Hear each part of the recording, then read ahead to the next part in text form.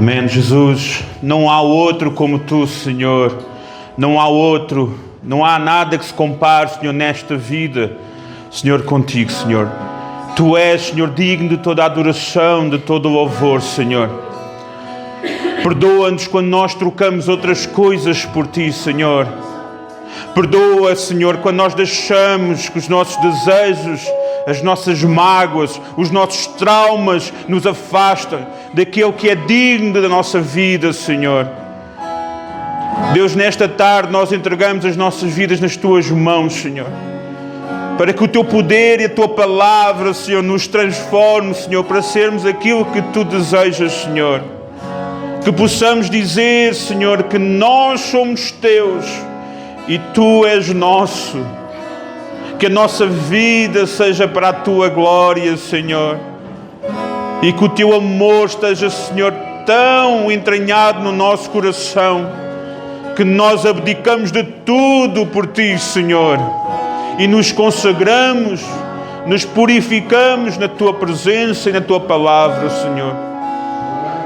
Por isso, Deus, nós nesta tarde, Senhor, nós exaltamos o Teu nome, porque toda a honra e toda a glória é para Ti, Senhor, não para nós. É para Ti, Senhor. O Teu nome é exaltado, Senhor. O Teu nome é exaltado, Senhor. Tu és a majestade na nossa vida. Tu és o Rei dos Reis, Senhor. E toda a glória é para Ti, Senhor. Não há governos neste mundo que se assemelhem a Ti, Senhor. Não há nada neste mundo que fuja do Teu controle, Senhor. Arrogantes somos nós quando achamos que somos donos da nossa vida, Senhor. Quebranta os nossos corações. Quebranta, Senhor, sabendo que não há nada como Tu, Senhor. Que a Tua presença nos transforme, Senhor.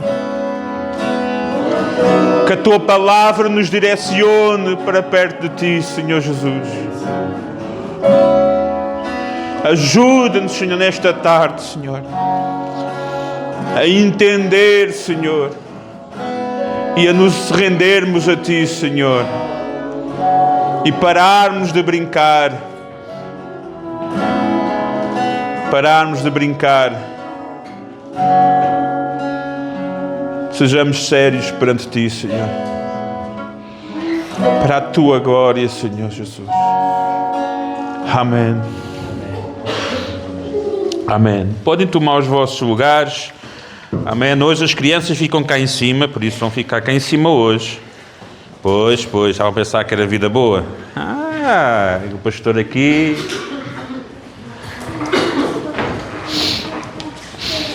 Amém. Muito bem, vamos aprender?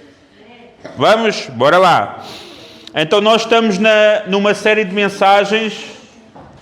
Estamos numa série de mensagens que é as parábolas na nossa vida. E lembram-se do que falámos a semana passada? Não? Quem esteve cá em cima? Falámos qual foi a parábola que nós falámos? Do semeador. Muito bem. Então falámos sobre a parábola do semeador, em que há tipos diferentes de sol, de terra. E hoje o tema é quando nos afastamos. Quando estamos perdidos, mas quando nos afastamos. E vamos abrir em Lucas, capítulo 15, verso 11. E vamos ver uma parábola que todos nós conhecemos. Quem é que sabe qual é a parábola que está em Lucas 15? Alguém sabe? Não sabem?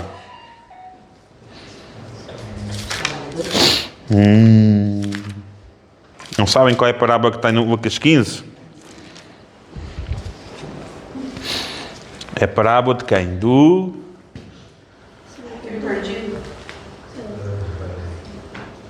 filho pródigo, não é? O filho perdido. Apesar que pródigo não é perdido, ok? Sabem o que quer dizer pródigo? Não sabem? Quer dizer esbanjador. Não sabiam, pois não? Pródigo quer dizer esbanjador, ok? E sabem quantos pródigos é que há na parábola do filho pródigo? Já sabes, tens que... Há pouco tempo no pequeno grupo da moita eu perguntei. Há 4 pródigos na parábola. São esbanjadores. Temos o filho que esbanjou as riquezas do pai. Temos o filho mais velho que esbanjou o tempo na presença do pai. Temos o pai que esbanjou as riquezas com os filhos. E temos o significado da história, que é Deus que esbanja o seu amor para connosco.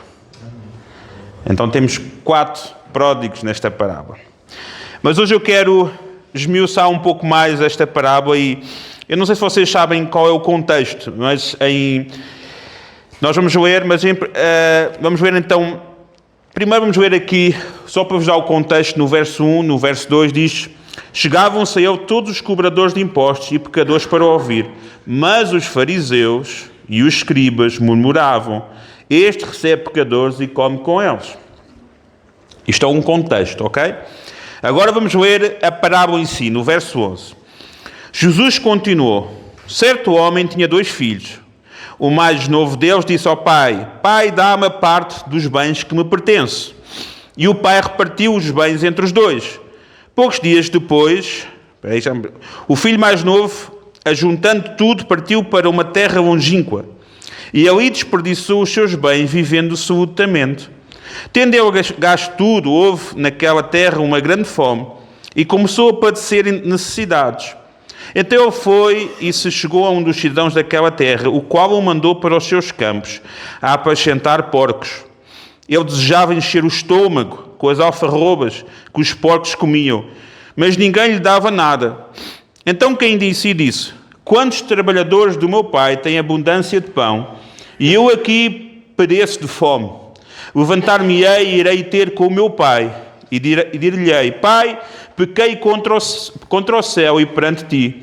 Já não sou digno de ser chamado teu filho. Faz-me como um dos teus trabalhadores. Então, levantando-se, foi para o seu pai. Quando ainda estava longe, viu o seu pai e se moveu de íntima compaixão, e correndo lançou-se-lhe ao pescoço e o beijou. O filho disse: pai, pequei contra o céu e perante ti. Já não sou digno de ser chamado teu filho. Diz assim no verso 22, mas o pai disse aos seus servos: trazei depressa a melhor túnica, e vestiu-o com ela, e pondo-lhe um anel na mão e sandálias nos pés.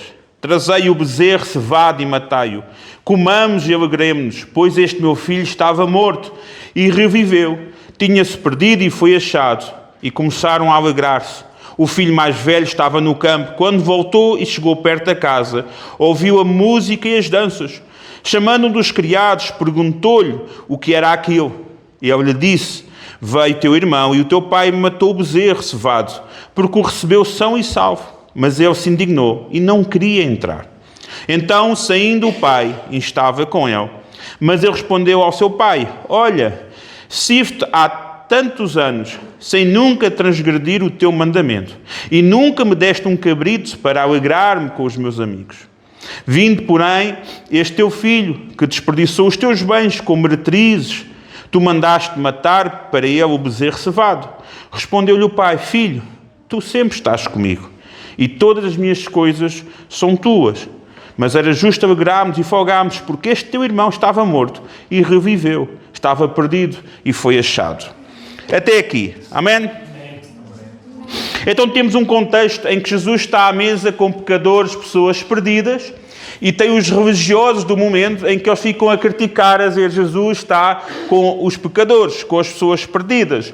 Então, Jesus, ele respondeu no contexto, nós temos vários, Jesus fala sobre a ovelha perdida, sobre a dracma perdida, e nós, entretanto, nós vemos Jesus a tentar explicar, através de parábolas. E nós já tocámos aqui um pouco, porque é que Jesus fala por parábolas? Eu já expliquei um pouco, mas vou voltar a relembrar-vos. Jesus não vos quer... Jesus, vou dizer isto, há uma passagem que nós vemos no início, aqui há um tempo, que diz que Jesus não queria que eles entendessem e se convertessem. Vocês não conhecem essa passagem, mas nós lemos aqui. Vocês vão ler a parábola do semeador e quando os discípulos perguntam, nós falámos, eu toquei nisto a semana passada, Jesus falava por parábolas porque ele não queria que eles entendessem e se convertessem. Porque Jesus, se ele falasse diretamente para as pessoas, elas iriam se converter claramente. Nós pensamos, porque Jesus disse, vocês vão fazer coisas maiores do que eu faço. Jesus não queria, ele podia convencer as pessoas, porque ele é Deus. Nós pensamos, porquê é que Jesus, onde passava, as pessoas não se convertiam logo todas? Porque ele não queria. Porquê? Porque ele queria que as pessoas tivessem o desejo. Quando os discípulos foram ter com ele, disseram, mestre, ensina-nos as parábolas. E ele disse, aos outros eu falo por parábolas, a vocês eu vou-vos explicar. Porquê? Porque os discípulos tinham o desejo de querer compreender. Ninguém vai conhecer Deus se não tiver o desejo de se chegar a Ele e querer conhecer mais. As pessoas, as multidões seguiam Jesus pelo que Ele lhes dava, pelo que Ele lhes fazia, mas elas não conheciam Jesus. Porque elas queriam a papinha feita e Jesus não lhes dava. Ele falava por parábolas. Aqueles que queriam entender, lembram-se de Nicodemos, que foi ter com Jesus à noite, às escondidas? Ele quis conhecer. Ele foi ter com Jesus. E Jesus lhe explicou. Precisas nascer de novo. Só vai conhecer Jesus quem tem o desejo de conhecer. Vai ser difícil. Eu não estou a entender nada, mas eu quero compreender. Eu desejo mais. Porque se Jesus quisesse, Ele falava e as pessoas entendiam. Imagina. Nós, ao longo da história, nós vemos pregadores famosos a irem pregar e várias pessoas a se converter. Há um pregador muito antigo, que já faleceu, que era o Reinhard Bonnke, que ele num culto pregou em África e 1 milhão de pessoas se converteram. Jesus nunca fez isso. Mas Jesus podia ter feito. Mas não era para Ele fazer. Porque Ele queria que as pessoas se interessassem, buscassem. A Bíblia fala sobre isso. Aquele que me buscar, aquele que me procurar, aquele que desejar. Então é aqueles que desejam realmente. Então é por isso que Jesus fala por parábolas. Então, Deus, Ele, mais uma vez, Jesus vai falar por parábolas. Para que aqueles que desejam entender, eles entendam o que o Senhor está a dizer. Nós vimos à igreja, porquê? Porque nós estamos aqui, os pregadores tentam explicar, mas há coisas da palavra de Deus que eu jamais vos irei conseguir explicar, a não ser o Espírito Santo sozinho com vocês. Há coisas que é Ele que grava nos vossos corações, que é a vossa relação com Deus. Então, nós vamos perceber aqui os estágios que acontece na nossa vida também. O primeiro ponto, o filho que se afasta, a ilusão da independência.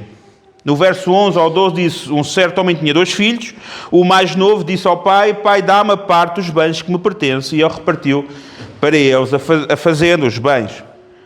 O filho pede a herança como se o pai já estivesse morto. Isso representa o nosso pecado. Querer os dons de Deus sem o próprio Deus presente na nossa vida é a morte certa da nossa vida. Nós queremos ter os dons de Deus, queremos ter uma vida boa, próspera, uma família boa, queremos ter bens, queremos ter riquezas, queremos viver com saúde, queremos os dons, queremos a graça de Deus na nossa vida, mas sem o próprio Deus na nossa vida. É a ilusão da independência. É a ilusão, o vazio da alma. Então, ele deseja autonomia total, uma vida sem limites. E muitos de nós pensamos isto. Eu sou livre, eu faço o que eu quero. Não fazemos o que nós queremos. Nós sempre temos um Senhor na nossa vida. Diz no verso 13 e pouco dias depois, o filho mais novo juntou tudo, partiu para uma terra longe e ali desperdiçou os seus bens, vivendo absolutamente, vivendo sem ordem, sem princípios. Quantas vezes, em busca de liberdade, nos afastamos de Deus? Não, eu vou mudar, porque eu vou ganhar um melhor trabalho, vou ter mais dinheiro, vou melhorar a minha condição de vida, vou fazer isto, vou fazer aquilo, mas estou a caminhar para longe de Deus, sem saber. Porque Deus nunca está presente nas minhas escolhas. Está sempre os meus desejos, o meu futuro, os meus sonhos. Isso não é a postura de quem é discípulo de Cristo. Não é. É o que o Senhor quer, o que o Senhor quiser. Eu, há uns tempos atrás, eu pus a oração, partilhei no pequeno grupo, a oração de Wesley. É a oração mais terrível, a oração mais corajosa, em que ele diz, Senhor, se tu quiseres que eu seja... Eu não estou a lembrar as palavras, mas é algo assim: se quiseres que eu seja pobre, eu serei pobre por ti. Se quiseres que eu seja rico, eu serei rico. Se quiseres que eu passe dificuldade, se quiseres que... Faz tudo o que tu quiseres comigo, para a tua glória. Mas nós vemos a vida com medo. Ai, se falarem mal de mim, ai, se eu for magoado, ai, se eu não tiver dinheiro para as minhas coisas, ai, se eu não tiver férias, ai, se eu não tiver bens, ai, não sei o quê. Nós vivemos a vida preocupados, e o Senhor nos diz que eu não vos encontro demasiado preocupados com as coisas deste mundo, mas nós continuamos presos. E muitas vezes, como filhos pródigos, nós esbanjamos as coisas que Deus nos dá, nos lugares que não são para o fazer. Esbanjamos. Segundo ponto, e antes de avançar ao segundo ponto, eu quero vos dizer, já disse a semana passada, que o pecado desta geração não é sexo. O pecado desta geração é a sua independência, vamos dizer, eu disse a semana passada, não estava a lembrar qual foi o termo, mas o pecado desta geração é a pessoa achar que é autónoma, que a vida é dela. É a arrogância de que eu sou dono da minha vida. É a arrogância de nós não colocarmos as nossas decisões aos pés de Jesus. É a minha vida, é as minhas dores, é o nosso orgulho. Nós não nos quebrantamos aos pés de Jesus. O segundo ponto, o fundo do poço. A realidade do afastamento. Em Lucas 15, verso 14, diz: havendo ele gasto tudo, naquela terra houve uma grande fome e começou a padecer necessidades. A fome revela a fragilidade do mundo longe de Deus. Aquilo que parecia liberdade se torna escravidão. E isto faz lembrar muitas vezes quando nós achamos: não, eu vou ter mais dinheiro, eu vou viver melhor, mas depois ficamos presos ao dinheiro, aos bens, às contas, às responsabilidades da vida, ou mais, eu quero mais, eu quero mais. E aquilo que ora era liberdade, agora tornou-se a minha prisão. Quantos de nós, às vezes, porque queremos uma vida melhor, mais qualidade, nos endividamos todos, ficamos presos, prisioneiros da nossa vida, porque era a liberdade, mas agora tornou-se de escravidão, porque vamos passar o resto da vida a pagar as nossas dívidas nesta terra. É por isso que nós precisamos ter sabedoria, muita sabedoria temos que pedir ao Senhor. E no verso 15, verso 16, diz: chegou-se a um dos cidadãos daquela terra, o qual o mandou para os seus campos a cuidar de porcos. E ele desejava encher o estômago com as alfarrobas que os porcos comiam, e ninguém lhe dava nada. Comer com os porcos. Nós muitas vezes passamos a vida a comer com os porcos, porque estamos longe de Deus. Estamos longe de Deus e Deus tem um banquete à nossa espera, mas nós somos orgulhosos e queremos comer com os porcos. Imaginem, para um judeu, cuidar de porcos era o nível mais baixo possível. Isso mostra o quanto o pecado degrada a nossa vida. O pecado destrói a nossa vida. O pecado corrompe o nosso coração. Ele nos afasta. Afasta-nos de Deus. Ele seca o terreno. Ele nos leva para a terra de grande fome emocional. Nós hoje olhamos e vemos cada vez mais pessoas doentes emocionalmente. Hoje as pessoas, a vida é mais fácil e têm menos tempo. É verdade. Hoje nós vemos pessoas, e cada vez vai sendo pior. Porquê? Porque nós hoje, a maior grande parte da população hoje trabalha pouco nas grandes cidades. É verdade. Fisicamente, a maior parte dos trabalhos não exigem grande esforço. As pessoas estão sentadas. As pessoas hoje estão muito paradas. Não é? As pessoas hoje elas estão sempre a correr, mas paradas. A cabeça delas não para, porque tem muitos estímulos.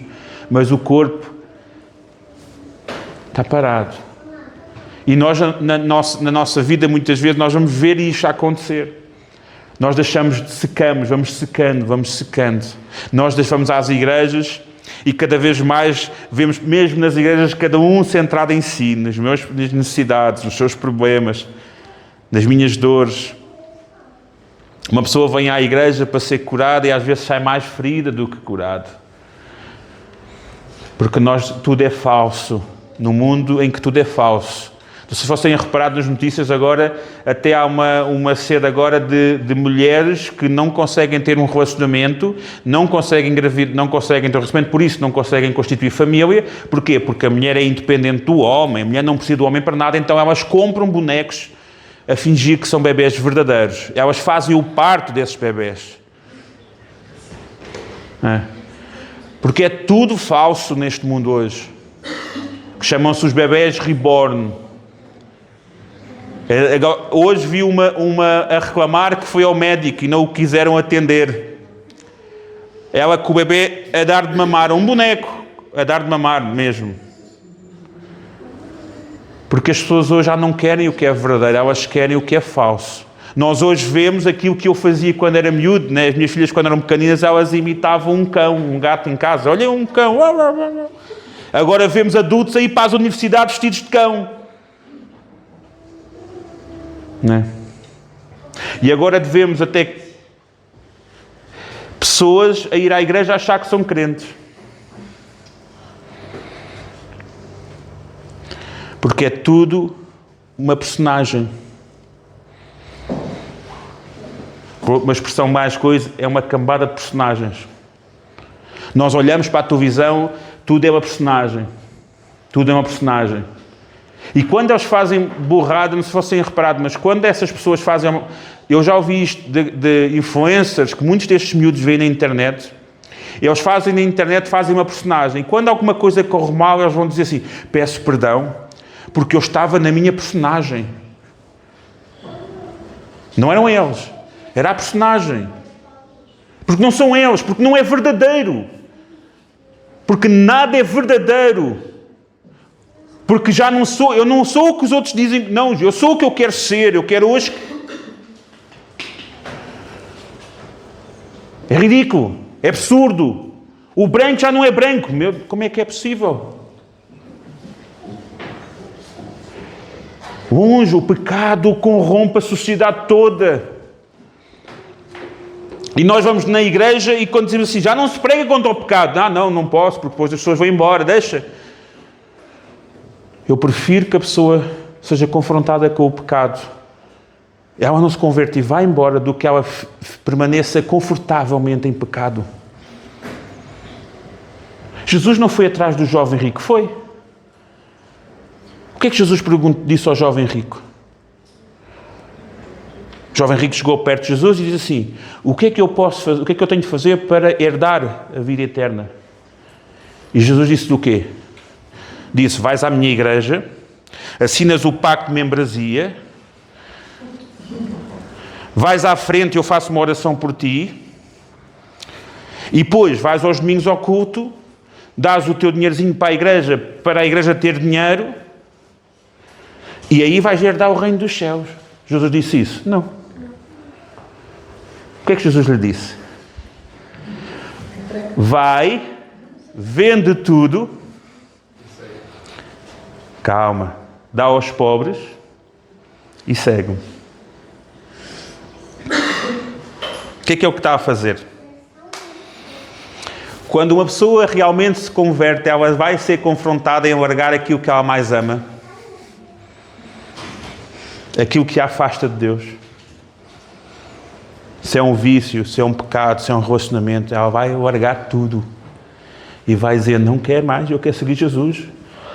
Lembram-se, há uma parábola que é do homem que comprou o terreno. Lembram-se? Ele encontrou e comprou um terreno. Vendeu porque havia uma pedra mais preciosa. Ele vendeu as pedrinhas que tinha e foi para buscar uma pedra maior, que é Jesus. Então nós entregamos tudo. Nós entregamos tudo. Nós entregamos tudo. E o pecado, nós lutamos contra ele todos os dias para não nos dominar. Eu não deixo ser dominado. Eu entrego tudo ao Senhor. Então, quando nos afastamos de Deus, vamos perdendo a nossa identidade.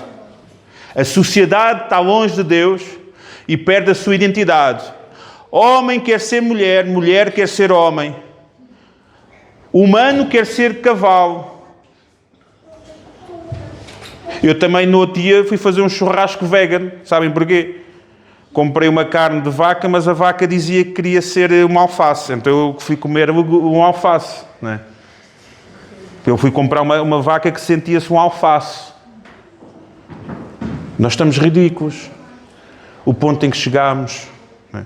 É fixe, não é? Vocês quiserem, vão lá e quando forem grelhar a carne pode também sentir-se uma couve. E vocês estão a comer couve. Porque é ridículo. E precisamos dizer que é ridículo muitas vezes. Mas fico ofendido. Olha, ofendido porquê? Por dizer a verdade. Por exemplo, eu quando andava na escola, os meus colegas diziam, o Tiago é gordo. E eu dizia, pois sou. Eu sou gordo e bonito. Eu posso emagrecer. Tu és feio e magro. Já não dá para mudar isso. Eles eram malandro também, não era? Eles chegavam lixados. Já não gozavam mais comigo. Eu tinha sempre ela na ponta. Até estão tramados. E está tudo bem. A minha avó sempre dizia assim. Quem diz as verdades não merece castigo. Mas tens de ter cuidado também a dizer as verdades. É verdade. Mas, se forem as verdades para libertar, têm de ser ditas. Não é? Terceiro ponto. O despertar. Quando caímos em nós... O verso 17 diz, e tornando-se em si, disse, quantos trabalhadores do meu pai têm abundância de pão e eu aqui pereço de fome. Aqui começa a volta para a casa do pai. O arrependimento genuíno quando um despertar, em que nós dizemos, eu estou longe, eu entendo, eu estou longe do lugar que eu devo estar. E há este despertar da nossa vida. No verso 18 ao 19 diz, levantar-me-ei. Irei ter com o meu pai e vou-lhe dizer, pai, pequei contra o céu e perante ti, já não sou digno de ser chamado teu filho, faz-me como um dos teus trabalhadores. E muitas vezes nós temos esta arrogância. Nós às vezes nos afastamos, mas voltamos e queremos ser os maiores. Não, Senhor, eu não sou, eu quero ser, olha, sou mais pequenino. O apóstolo Paulo, o que é que ele dizia de si mesmo? Eu sou o pior dos pecadores. Eu sou o pior. Nós chegamos ao Senhor e dizemos, Senhor, eu não sou digno, eu faço tudo o que tu me mandares, eu não sou digno, eu faço o que tu me pedires, não interessa, não há mais vaidade, eu quero te servir, eu quero me entregar a ti, o que é que queres que eu faça? Porque quando nós vivemos para Jesus, quando nós realmente nos convertemos, nós não estamos preocupados. Agora sou crente, o que é que eu não posso fazer? O que é que eu não posso fazer? Não, o que é que eu devo fazer? O que é que eu devo fazer para o meu Senhor? Porque Ele morreu por mim, morreu por ti, Ele morreu. Ele nos ama, deu a sua vida. Ele não tenta justificar os seus atos, Ele confessa com humildade, eu pequei. Eu falhei, eu estava errado, perdoa-me. E Ele vem com um espírito humilde. Senhor, eu quero. Eu desejo te servir. Não interessa aonde, não interessa como, eu vou te servir. Não é para mim, é por ti, Senhor, é para ti, Senhor. A minha vida é tua. Quando nós entramos e percebemos, desperta, Senhor, desperta. E muitos às vezes dizem assim, eu não parece que não despertei. Pede ao Senhor, desperta o meu coração, Senhor. Desperta o meu coração, faz-me ver, Senhor, o quão longe estou de ti, faz ver. Por isso precisamos cair em nós. Quarto ponto, o coração do Pai, a graça escandalosa, porque é isto que os religiosos se queixam. No verso 20, levantando-se foi para o seu pai, quando ainda estava longe, viu, o pai viu o filho longe, viu o seu pai e se moveu de íntima compaixão. O pai moveu-se de íntima compaixão e correu, lançou-se-lhe aos braços e o beijou. O pai corre para o filho. E sabem uma coisa? Na cultura judaica, naquele tempo, a imagem do pai a correr para o filho não é cabível. O pai não corria para o filho. O filho é que corria para o pai. Mas Jesus contou, o pai correu para o filho. É o coração de Deus. Os pais nobres, eles não corriam. Mas esse pai, o nosso pai, não é como os outros pais, não é como o teu pai, não é como o meu pai, é diferente. Ele te ama. Ele tem o melhor. Porque não é pelo que nós merecemos, é pela sua graça. E o filho disse, pai, pequei contra o céu perante ti, já não sou digno de ser chamado teu filho. Mas o pai disse aos seus servos, atenção a isto, tragam depressa a melhor roupa, vistam-no, ponham-lhe um anel e as sandálias nos pés. Sabe uma coisa? O Pai não apenas perdoa. Deus não apenas perdoa os teus erros do passado, mas Ele dá-te dignidade na tua vida. Deus restaura a dignidade na tua vida. A dignidade. Tu passas a ser um novo homem, uma nova mulher. A roupa nova em si significa identidade nova, restaurada.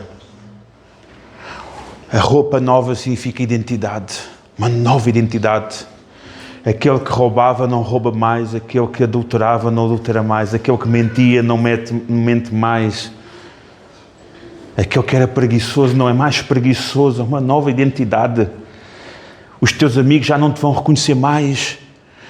A tua família já não te vai reconhecer mais porque tu és uma nova pessoa em Cristo. O anel significa autoridade e pertença. Tu começas a ter autoridade na tua vida. Tens pertença, tu pertences ao Senhor. Há uma aliança com Ele. O Pai restaura isso. E as sandálias significam posição de filho, porque naquele tempo os escravos andavam descalços, os filhos é que andavam com sandálias. Ele não é escravo, é filho. Ele não ia andar descalço, ele ia ter sandálias nos pés, porque o Senhor restaura. Ele não é filho. Ele diz, tragam o bezerro cevado, matai-o, comamos, alegremos-nos, porque este meu filho estava morto e reviveu. Tinha-se perdido e foi achado. E começaram a alegrar-se. A festa, porque restaurou a vida, porque há um novo nascimento, há uma transformação, uma festa. Mas havia alguém que não estava contente. Havia alguém que não se alegrou. Quem era, José? O irmão mais velho. Então o filho mais velho. Está aí o quinto ponto. Está aí, está. Quando nos afastamos, mesmo quando estamos perto. O filho mais velho representa aquelas pessoas que elas estão longe de Deus, mesmo estando perto. Representa pessoas que estão na igreja, mas estão longe de Deus. Conhecem a palavra, mas estão longe de Deus. Diz, no verso 25, o seu filho mais velho estava no campo e quando veio, chegou perto da casa, ouviu as músicas e as danças. Depois no 28 diz, mas ele se indignou. Ele não queria entrar na festa. Ele não queria. Ele representa os religiosos perto de casa, mas longe do coração do Pai. É aquelas pessoas que servem anos após anos, entregam tudo, mas já estão longe do coração do Pai. São magoados, feridos por pessoas nesses ambientes. Porque nós não entendemos que todos nós podemos nos magoar uns aos outros, mas o Pai nos ama. Nós nos magoamos, mas o Pai nos ama. Eu sou pai, as minhas filhas volta e meia andam às turras uma com a outra. Todos os dias. Às vezes fazem, vocês são irmãs. Na minha casa éramos 5, mas eu mais 4 irmãos. Aquilo era porrada de manhã à meia-noite, quase. Né? Era difícil.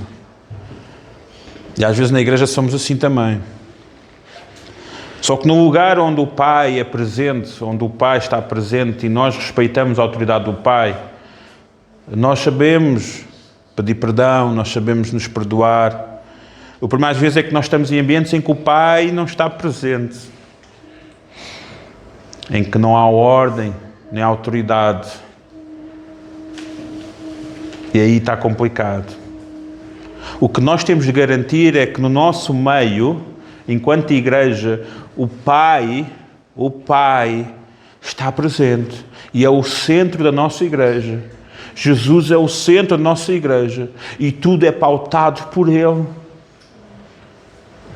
A nossa vida é pautada por Ele, os nossos relacionamentos são pautados por Ele, a palavra nos dirige e nós não fazemos nada, porque apesar de eu ser o pastor desta igreja, eu não tenho autoridade sobre a vossa vida, a palavra tem autoridade sobre a nossa vida. E tudo o que eu vos digo tem de ser autoridade da palavra, não autoridade do pastor. Mas o pastor diz o que diz a palavra. A palavra, porque a palavra do nosso Pai é o centro da nossa fé. Então nós temos que cuidar deste ambiente. O que é que o nosso Pai acha? O que é que o nosso Pai... Nós temos de estar perto do coração. Para quê? Para não ficarmos magoados e feridos. Eu lembro-me que quando eu cheguei na igreja, eu me converti, fui para uma igreja na altura e eu desejava muito o Senhor, eu amava muito. Eu li a Bíblia, vários já disse, eu li a Bíblia toda a primeira vez, de um mês eu li a Bíblia toda. Eu tinha uma fome de querer conhecer mais e buscar mais. E como eu estava sempre desejoso de servir os outros, eu servia a limpar a igreja, servia na livraria, servia nas obras da igreja, servia no café convívio, nos toxicodependentes. Eu sempre tinha tempo, eu queria servir. Então as oportunidades iam aparecendo para mim. E havia pessoas que estavam há mais tempo na igreja. Depois começavam a dizer, este está cá há 1 ano, já lhe dão a oportunidade. Já está ali a fazer aquilo, a mim ninguém me chama. Porque não se dedicava, não se servia. Queria que lhe estendessem a passadeira vermelha.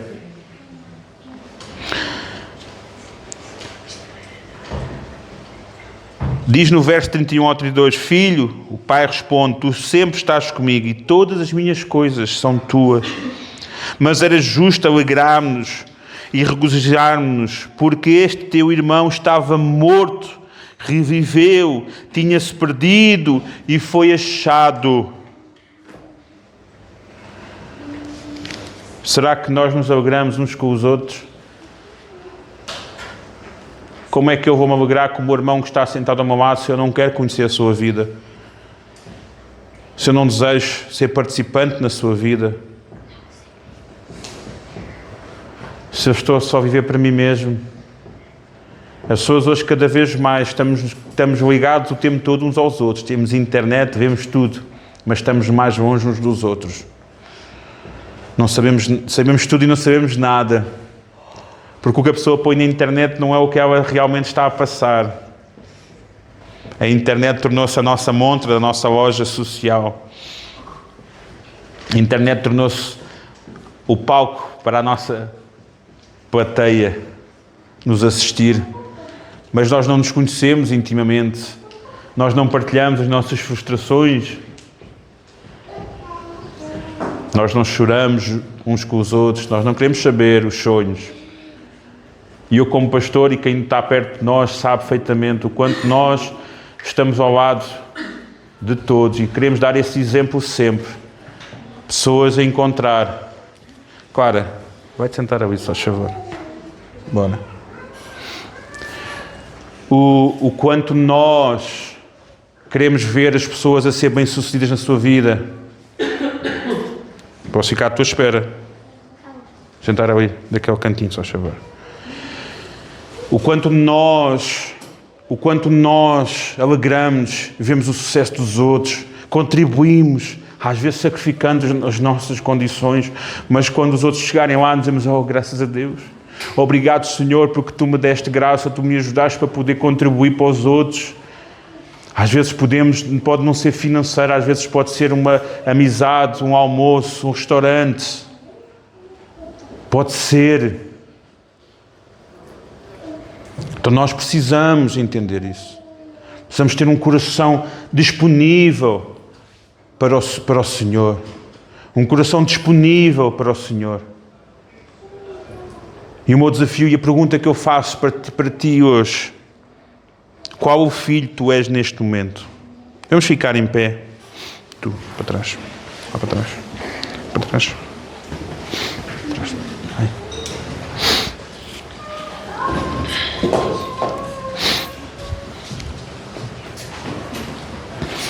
Qual é o filho? Qual é o filho eu sou neste momento?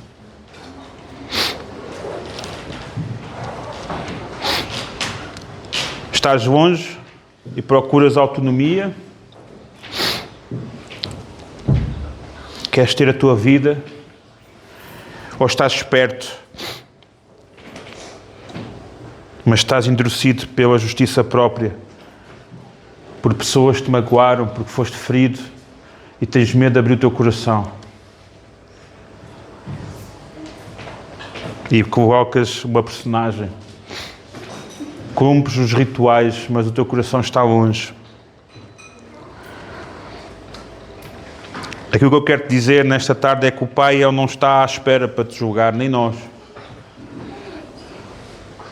Mas o que nós queremos ver é Deus a abraçar-te e a restaurar-te. É o que nós queremos ver. Deus a abraçar-te e a restaurar a tua vida. E tu ainda vives os melhores anos da tua fé. Viveres o melhor ainda da tua vida. Encontrar Jesus e viveres o melhor que Ele é, porque o melhor já veio, que é Jesus. Só tens de viver esse melhor.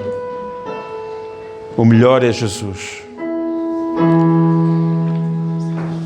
E esta parábola não é sobre o filho perdido, mas é sobre o pai que nunca muda. Esta parábola é sobre o pai que nunca muda. É sobre o pai que não muda. O seu amor não muda. O seu amor não muda. O amor do pai escandaliza porque não pede merecimento. Ele não mede merecimento. Ele não calcula merecimentos. Ele só pede um coração quebrantado e dizer: eu não consigo mais, Senhor. Eu entrego tudo nas Tuas mãos. Eu entrego tudo nas Tuas mãos, Senhor. Em Romanos 5,8 diz: mas Deus prova o seu amor para conosco em Cristo, que morreu por nós, sendo nós ainda pecadores. Em Cristo, Deus está a dizer que Ele não muda, o seu amor não muda. Nós é que mudamos, ou para melhor ou para pior. Mas Deus permanece o mesmo, ontem, hoje e amanhã. E a nossa vida é para a sua glória. Porque fracasso é quando nós paramos de insistir, de lutar e desistimos. Mas nós não somos daqueles que desistimos, nós somos daqueles que nos entregamos e dizemos: Senhor Jesus, restaura a minha fé, restaura a minha vida, restaura a minha paixão por Ti, Senhor Jesus. Eu não quero ser autónomo, eu não quero ser independente, eu quero ser guiado por Ti, dependente de Ti, Senhor. Eu quero, Senhor Jesus. Para a Tua glória, Senhor Jesus. Para a Tua glória, Senhor Jesus. Para a Tua glória, Senhor Jesus. Eu oro pelos meus irmãos que estão aqui, Senhor. Eu oro, Senhor. Eu oro, Senhor. Eu oro, Senhor Jesus. Eu oro para que eles, Senhor, estejam perto de Ti. Para que eles se sintam filhos e tenham uma vida digna.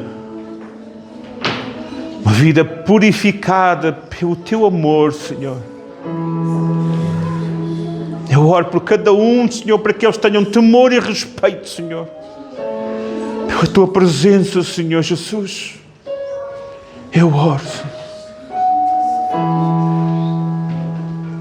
Porque sabemos que Tu és um Pai que não muda, que estás sempre presente, o Teu amor não muda. Por isso, Pai, toque na nossa vida para a Tua glória, Senhor, em nome de Jesus. Em nome de Jesus, Senhor Jesus. Amém.